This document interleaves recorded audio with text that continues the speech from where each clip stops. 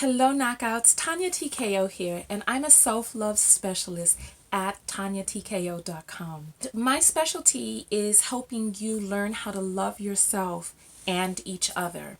Today we're going to be talking about how to nicely end relationships with friends and family members which no longer serve you, which you're thinking about making a change from, or if you're just thinking about going in a different direction with your life. This video is for you if you have people around you who are affecting your life in such a way that you would just like to make a shift without hurting their feelings, alienating them, or making them feel wrong, but just by doing what's best for you. And so I'm going to teach you how to nicely do that in a way that you maintain the relationship where you can take care of them and yourself at the same time.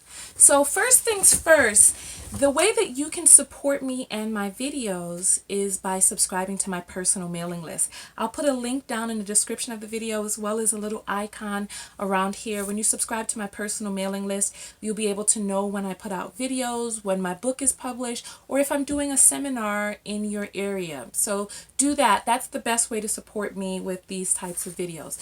Okay, so let's jump right into it. Let's say you have a friend or family member who you really enjoy. You really enjoy the interaction. So it's not like there's anything wrong with them. They're not toxic. You really like them. You even love them. And you wish that you can continue holding the space in the ways that you're holding.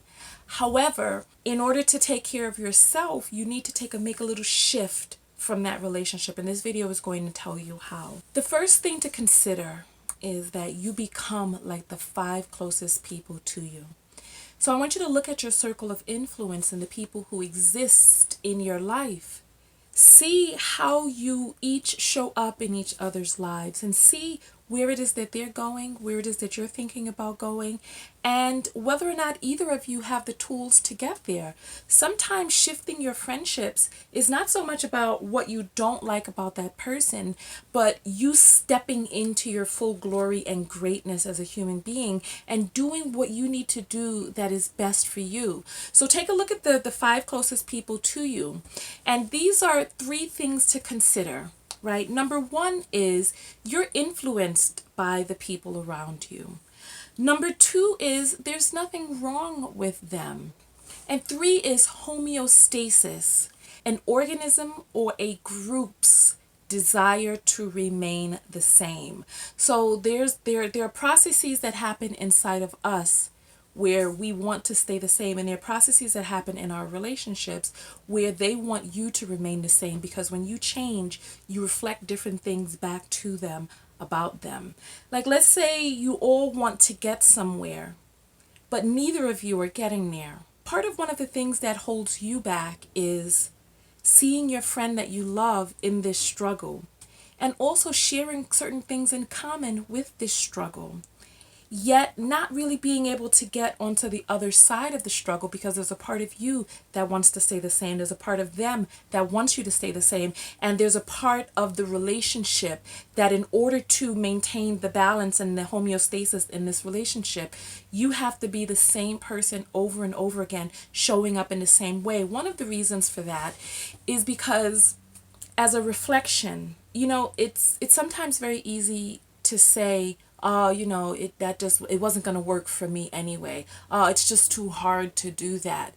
But when somebody very close to you in very similar situation starts to ascend and you're not ascending, or you start to ascend and they're not ascending, it's a reflection to them that there's obviously something that they did not do, be, or have in order to be able to get to that level which you are getting to, or vice versa.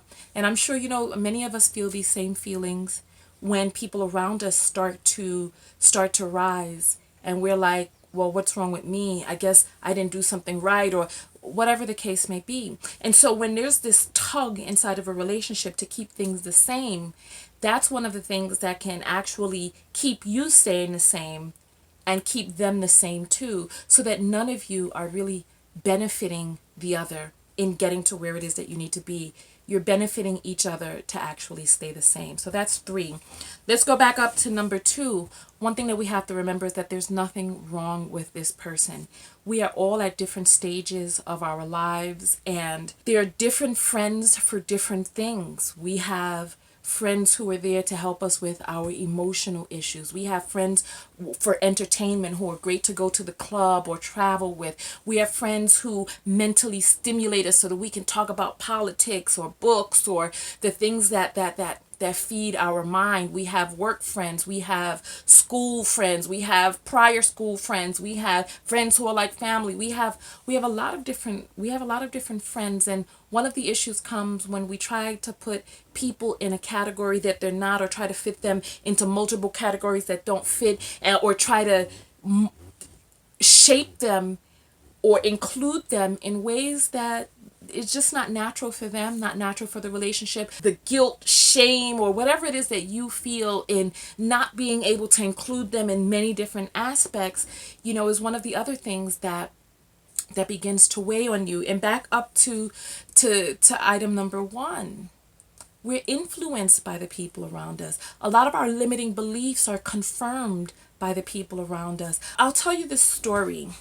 Many years ago, I had a friend who would receive money from men to pay her bills. She was always having financial issues. And this is when I had my business. And we'll talk about the levels that we go to. I had my business at the time. And she would say things to me like, oh, you don't understand because you have a business. Oh, you don't understand.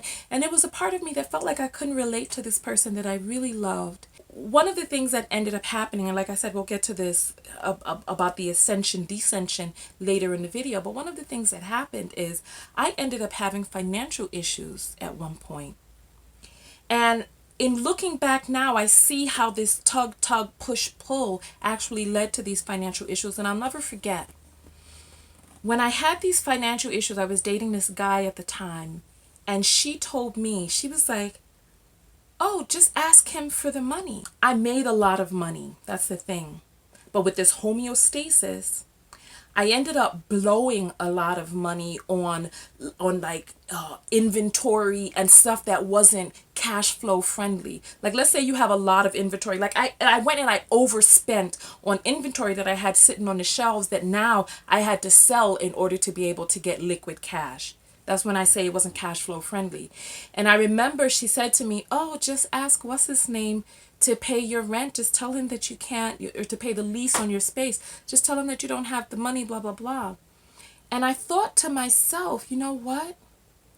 This is advice that she's giving me because this advice is good enough for her. This is how she lives her life. So to her, there's nothing wrong with that. But I'm thinking to myself, baby, this is the lease on the space that I use for my business. This is how I generate income. This is how so I'm like, is he an investor?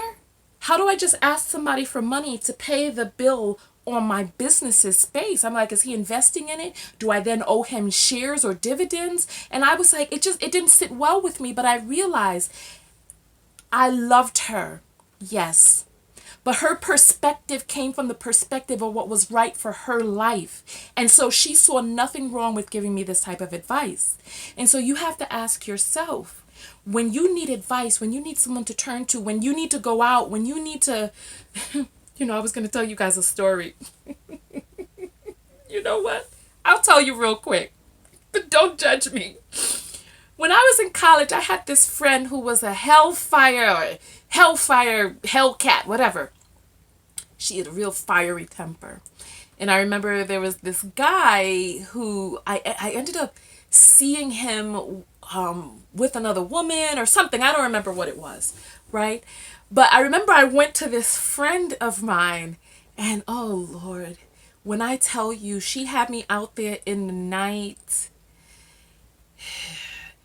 She wanted to like bash this man's car and all this other stuff, and I was like, I didn't have that wasn't my motif, but I went with her and we took mud. I allowed her to get me into rubbing and smearing mud all over his car and all this other stuff. And I hope that this is an example to you that when we have these relationships with our friends, We go to them for advice, and they give us advice from the space that they are in. They go to inspire us from the space of their own understanding and where it is that they are in life. So think about some of the advice that you've gotten from some of your friends. You'll see that this is advice that many of them are taking in their own lives, or advice that they wouldn't take for themselves, but that they are giving to you, but they themselves are not living, either up or down. They themselves are not living it, but they're giving this advice to you because of where it is that they are, the space that they're holding for themselves is the same space or similar space that they can, or similar energetic space that they can hold for you. Hey knockouts, Tonya Tko here. Make sure that you stay tuned for part 2 of how to nicely end relationships with friends and family which no longer serve you. So go on right now and hit subscribe to my personal mailing list so that you never miss another video. And I'm excited for you guys to see the second part of this video, because I give some really useful tips on exactly the words to say to transition out of those relationships. I love you guys. Peace.